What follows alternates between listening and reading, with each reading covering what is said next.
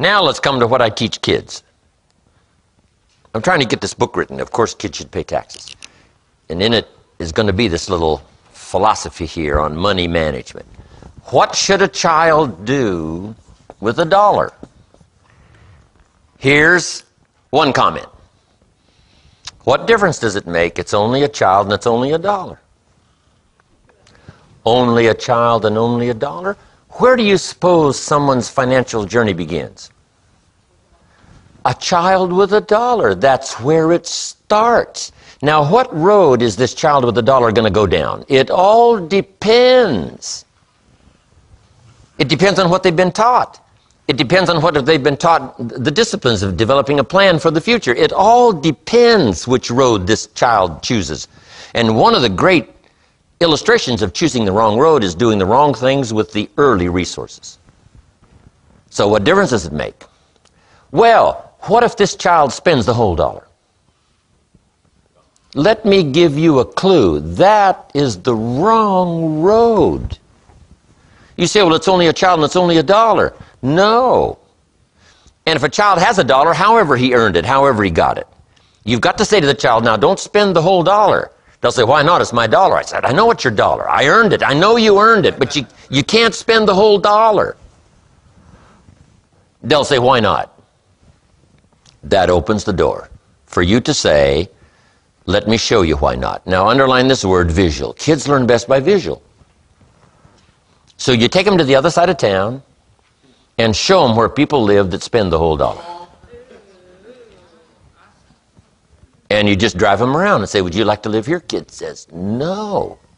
Say, would you like to live like these people live? Kid says, no. Then you can't spend the whole $1. I'm telling you, they will get the message. It only takes one visit. It's like crime. They had that little movie for a while called Scared Straight. Remember that? Way back, quite a few years ago, where they filmed the kids that went to the jail and talked to the man. And guess what the man said to the kid? You don't want to come here. Let me show you around. If you can't do the time, don't do the crime. And some of these kids came out of the jail after talking to the men saying, here's one place we don't want to go.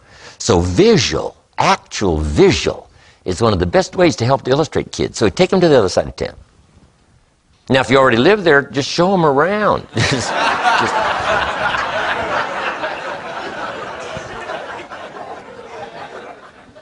Because now this would be a good time for confession. Guess why we live on this side of town? Where did the money go? One father says, to be honest, I smoked a great deal of it. A lot of the money over the last 20 years went up in smoke. Good time for confession. Don't do what I did, wind up on this side of town. Let me show you a plan, my son, how to get to the other side of town. See, there's nothing better than the truth. You don't need to fool with the truth. It is so dynamic in uncovering the errors of our ways and helping us to set up new disciplines to change it all, starting today, starting overnight, starting any time. Now, you could wait to start a plan for a couple of years, but why not do it now? So what should a child do with $1? Here's what I teach. Let's go through this quickly. Never spend more than 70 cents. Somebody says, why? Well, to make it easy, just take my word for it, right? You just don't spend more than 70 cents. You got to pick some number. When I met Shof on every $1, I was spending about 110%. And here's what I learned. If your outgo exceeds your income, your upkeep becomes your downfall. I found that back then it was easy to make $4,000 a month and go broke. Somebody says, how could you make $4,000 a month and go broke? It's easy. Spend $5,000. And if you spend $5,000, it's what? Inevitable. That's a good word, inevitable. Sometimes it's inevitable. If you're in a little boat with no motor and no oars, 300 feet from Niagara Falls, it's over. It's already done. You just don't want to find yourself there in such a predicament. It's what we call inevitable, right? It's done. It's over. So, 70 cents. Pretty good number, especially for a child. Don't spend more than 70 cents out of each dollar. They say, okay, I got that now. What do I do with the other 30 cents? I'm glad you asked. Here's what you do. 10 cents for charity. Helping people who can't help themselves, supporting worthy causes. Some church teach tithe, portion of, piece of, which is good. They say, give us the 10% and we'll administer it, but you got to take the tour now. Don't give the 10% unless you take the tour and let them show you where it goes. Then if you're happy and delighted with them administrating it and where it goes, then you give the 10%. Or you could administer the 10% yourself. You know, whatever your philosophy is on this. The time to teach kids generosity is early. And if you teach kids to share 10 cents out of every dollar, and it starts early, I'm telling you, they'll do it forever.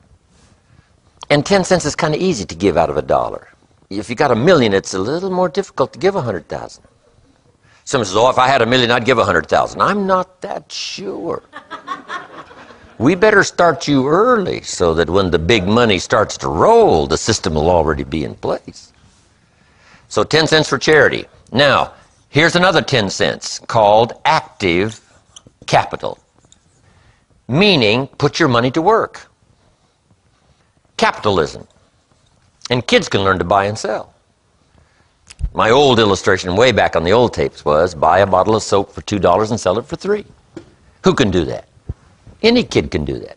Go next door and knock on the door. Ms. Jones, my mama uses this soap. I think you'll find it real interesting. It's only $3 a bottle. She says, well, Johnny, I've already got plenty of soap. He says, you better let me come in and check.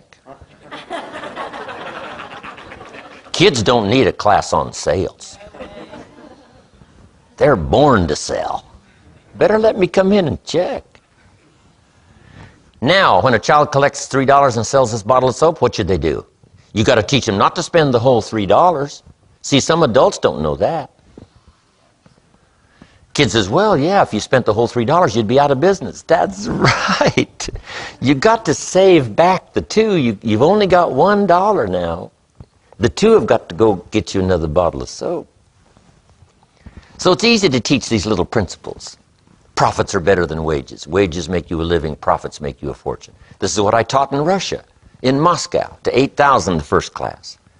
Incredible. Active capital means buy, sell, or sell, buy. It depends on your circumstances. If you have to sell, buy, you sell, buy. If you can do it, then you buy, sell. Or whatever way to, earn a profit. I teach kids right. 2 bicycles. Got to have 2 bicycles, one to ride and one to rent. Anything to generate a profit, render a service, whatever it is, something simple and easy. But kids will come up with all kinds of ideas. All you got to do is get them started. How to make a profit. They know this deal. Active capital means you are involved. Now, here's the last 10 cents called passive capital. Meaning, let someone else use your money. Let a financial institution use your money. Some projects require more money than one person can put up. So we have what we call collective pools of money, where you put up some, I put up some, someone else put up some, and we loan it out. And here's what they pay us for using our money. They pay us interest and dividends and increase in stock value. This is the potential here. Putting up your money. But now, if you follow this starting at age 15 and allocate the dollar this way, rather than having no plan at all, it's easy to become financially independent by the time you're 35, at the latest 40, allowing for some unforeseen circumstances. Now, why wouldn't a kid go for that? I'm telling you, here's the only reason they wouldn't go for it. They never heard about it. If you teach kids the splendid joy of being rich, if you teach kids the unbelievable power of being financially independent, if you teach them the unbelievable feeling of being capable, of having skills, of having influence, of being somebody, they'll go for it. They will go for it. Now, if they don't go for that, they're going to substitute it with something else. Something else we really don't care for. Some other kind of high, rather than earning money, rather than being responsible, rather than the joy of giving service, rather than all these joys. They're probably going to go for something else. So we got to keep their minds busy with stuff like this. Figure out ways to get this money out there so that it earns you this. And find out some ways to start earning profit yourself. Now, you might not be able to start here 70, 10, 10, and 10. We're talking about kids now that, haven't got all these other liabilities and responsibilities. Maybe I've caught you at an unfortunate time, and for you to start this kind of a plan, you'd have to make this 70 probably 97%. And these what? 1, 1, and 1. And if that's where you have to start, that's okay, as long as you start with a better plan than you had yesterday. Now what's the goal? If you have to start at 97, 1, 1, and 1, the goal is for this number to start coming down and these numbers to start going up. And if you just start the plan, you'll see such progress almost immediately. The numbers that need to come down will start coming down. The others that need to go up will start going up. You'll start figuring out a way to make this whole thing work. It's unbelievable. This is now what I call the ideal. But sometimes you can't start at the ideal. You have to start somewhere and work toward the ideal. Now, once you start doing extremely well, you got to change this model. Right? Some of the guys I know couldn't spend 70% of their income. That would be obscene. I probably spend what? I probably spend less than 10% of my income. So if this number for me has gone way, way, way, way down, you can imagine these numbers have gone way, way, way, way up.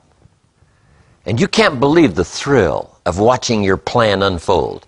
One, to start in a pretty tough position and get to the ideal, and then get to what we call the max, the summit kind of living, the view from the top, by finally arriving here, and then little by little arriving here to where this number comes down, down, down. This number goes way, way, way up, and these numbers go up, up, up.